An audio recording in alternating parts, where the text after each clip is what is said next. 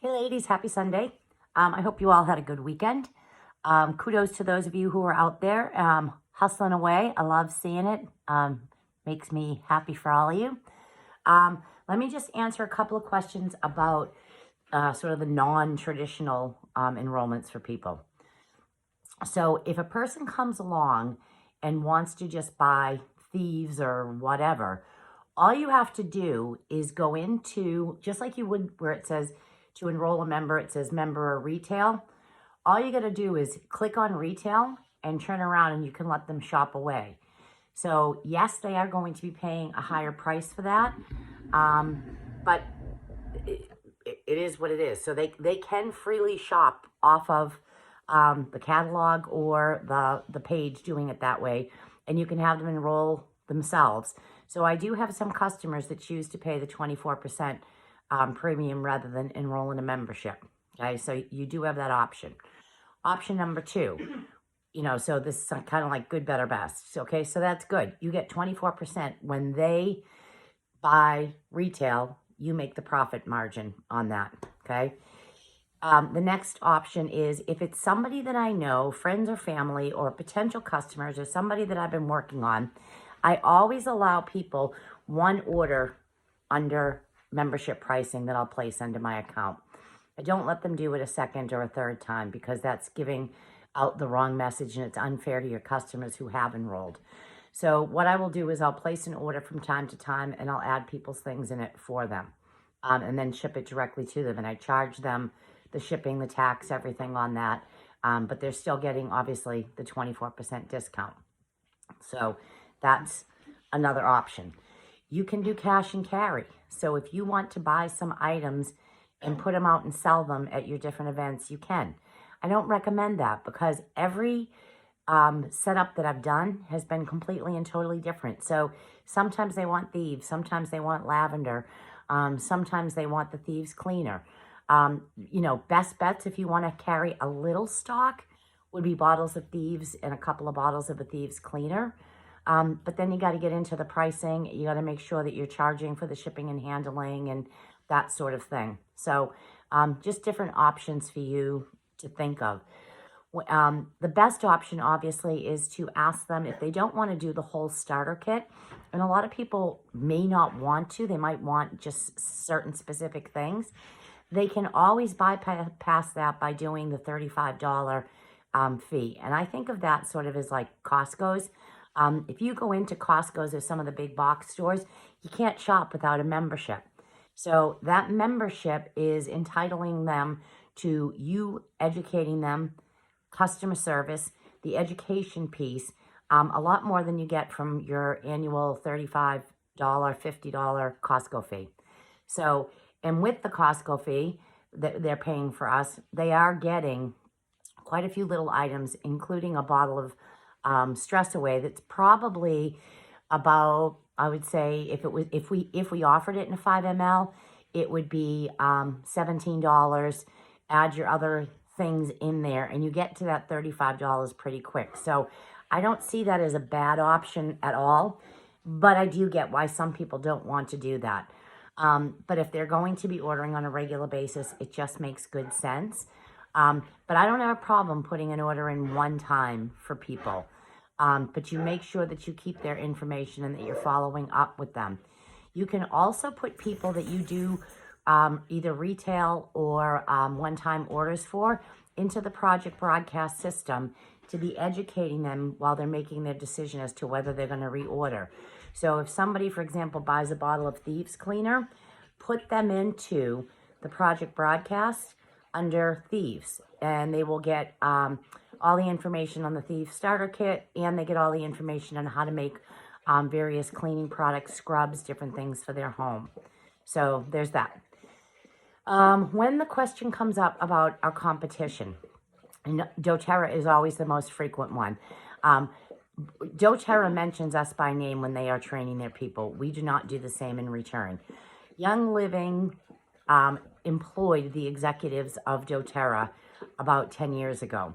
And there was a falling out, a disagreement in leadership style. And several of the leaders, I think there was two two Young Living leaders, like big people, like CFO, CEO type people that went away. It was done pretty poorly. And in that, there was also the allegation that somebody had stolen Mary Young's laptop with proprietary information. And if you look at the doTERRA products, you will see that many of their products mirror ours. Like their On Guard, which is the equivalent to our Thieves, is identical, except for they use orange instead of lemon. I try not to get into that battle with people because it's not my story.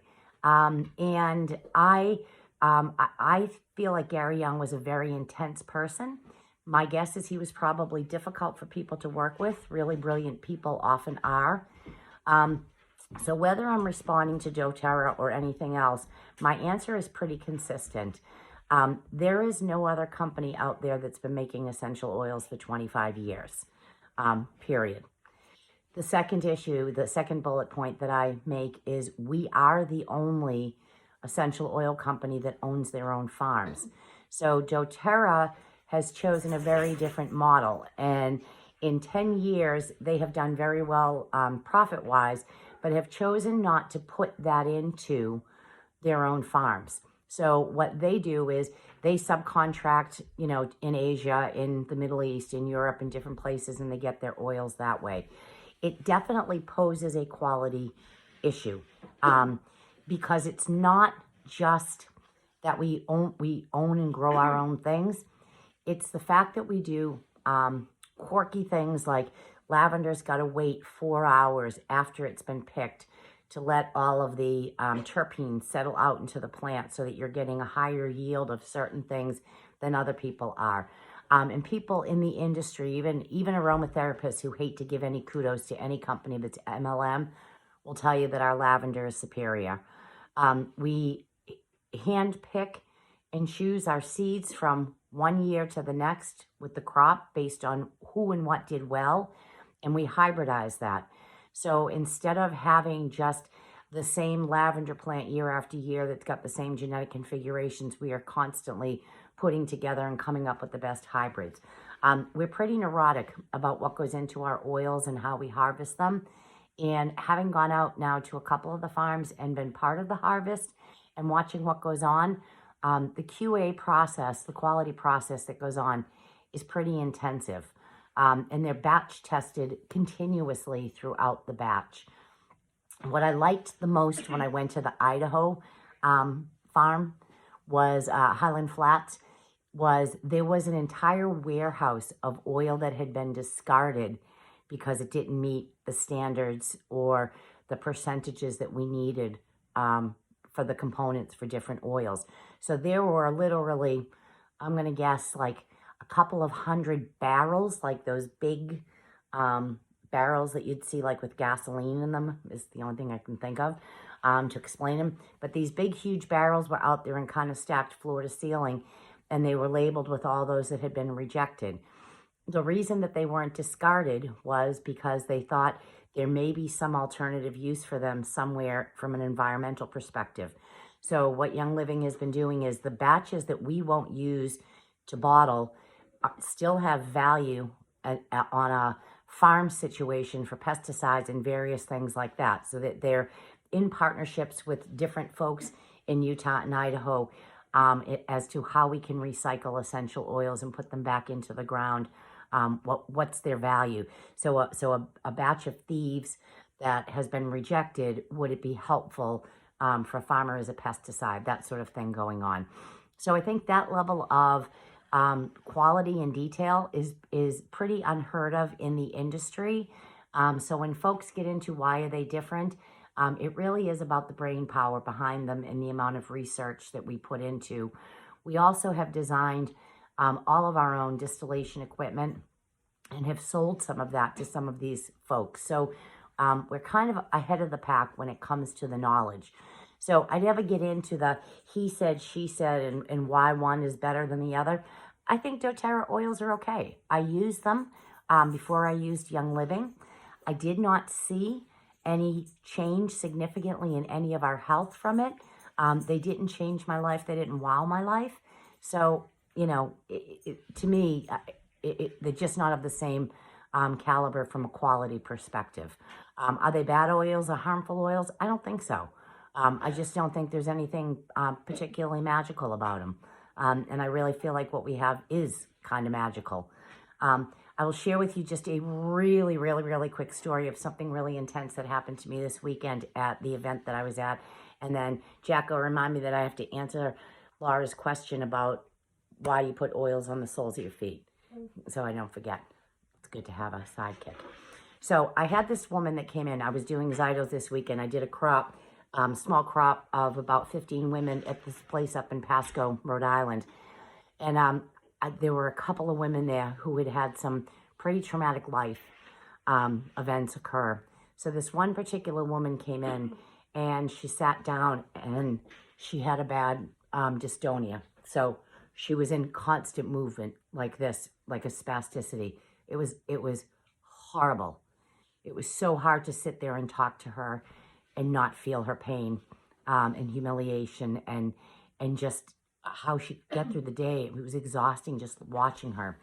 So I did her Zyto. We went through a lot of stuff, came up under emotions, a lot of trauma, hopeless, helpless, just tough. So she starts to reveal a lot of the things that went on in her life. And it started with a very sexually and physically and mentally abusive childhood that continued well into adulthood. They believe that her dystonia, when she had a brain scan, she had 3 lesions on her brain, and they believe it was from the trauma, and they don't know if it was physical or otherwise. So she triggered really heavily for emotions and for sleep, and she had started crying, and she said she hadn't slept in years. That every now and then she would finally pass out from exhaustion, but even with that, her body would jerk and wake her up at night. So, I mean, I was beside myself. I didn't even know where to start with this. She triggered very heavily for Sleep Essence, and of course I had some with me. So I shared 2 Sleep Essence with her. And then I put together, I had some relaxation oil, because I love to put that on my legs at night before I go to bed. It keeps them from being jumpy and restless. So I took that, and then I put a few things in it. Long story short, it was kind of like a, hey, maybe we help her a little bit, right? No big, I didn't have big goals on this one. Long story short, I get up this morning, I'm doing my thing. Because this group of women is so well knit together, it was hard kind of being the outsider. They weren't exactly warm to this point. And it was kind of hard to have spent as much time as I did with them, knowing that they were just kind of looking at me like at the creepy oily lady all weekend. So I make my cup of tea, I go outside, and one of the ladies comes over to me and she looks at me and she goes, "You better get in there." And I was like, "Okay, what's up?" And she said, the woman's name is hysterical. And I'm like, oh shit, and I knew she was on a ton of meds. So of course I'm kind of getting that nurse panic. And I go in and this woman is literally incoherently sobbing because she had the first restful sleep she's had in years. And she woke up and had not had any spasticity, no jerks. So she was sitting there like this. And so all of them were like bawling their eyes out, crying. She grabs onto me and she says, "I'm going to sell everything I have, everything I own in my life to thank you." I'm like, not necessary, right? It was shocking, and beautiful. So when I see that, I go, oh my God, what a gift when we were able to do this stuff for people, right? Kind of makes it all worth it. So anyhow, I just wanted to share that story with you guys because it was one of those truly magical moments where even you yourself are like, I couldn't believe she wasn't twitching. It was just beautiful to see. So anyhow, so I share that with you. So to answer your question, Laura, and hopefully I've answered some of your other questions here, and your questions will be the same as others that are in the group. The soles of your feet. So one of the reasons, there's a couple of reasons why we do the soles of your feet. So the soles of the palms of your hand have calloused over time. And so they're not necessarily great absorbers anymore because they're desensitized because we use them so much. excuse me, whereas the bottoms of your feet have had less chemical exposure, they've had less calluses in theory. So that nice baby skin on the arch of your foot is a great place with lots of pores to absorb it in. So that's one reason.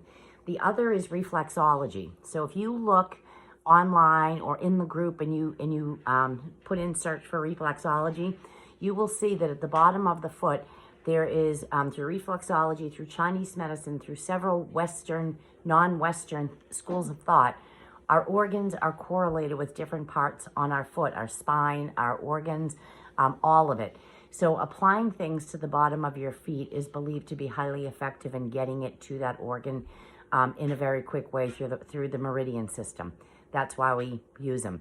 Sometimes I do it that way, sometimes I don't. I think it kind of really depends on my mood or what I'm feeling intuitive about.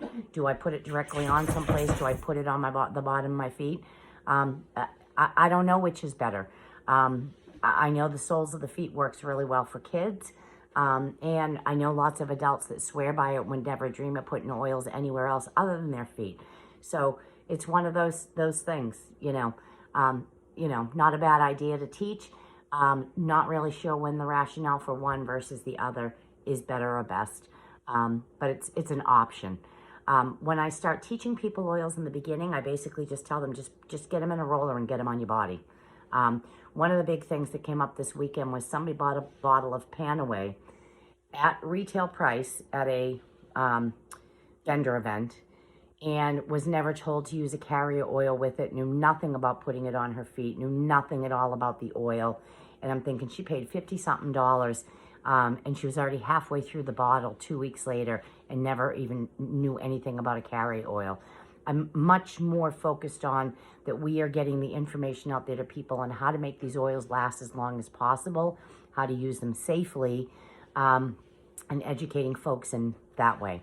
So anyhow, those are the questions I think that I was supposed to be answering. Hopefully that helps. Tomorrow night, Lindsay Gramont, she is our Royal Crown Diamond. So she's our diamond up at the top. And a Royal Crown Diamond is, I believe she makes somewhere in the ballpark. She nets, she clears, doesn't do sales. She clears about $400,000 a month. She's an interesting character. She comes from the business world and she used to work from IBM. She is not warm and fuzzy. She is a very blunt, direct businesswoman. She resonates with some people. She doesn't resonate with others. But bottom line is she knew how to get her way up to diamond and did it very effectively. She is now sort of working on softening herself a little bit. But sometimes the stuff comes out of her mouth that's even scarier than stuff I say. So anyhow, so be warned. However, what I can tell you is she always gives effective strategies. Take what you like, leave the rest. The information for this is in the group. So all you need to do is scroll up, I think not even a half an inch, and you'll see the info for tomorrow night's call. And if you guys have any other questions, please let me know. Hope all is well.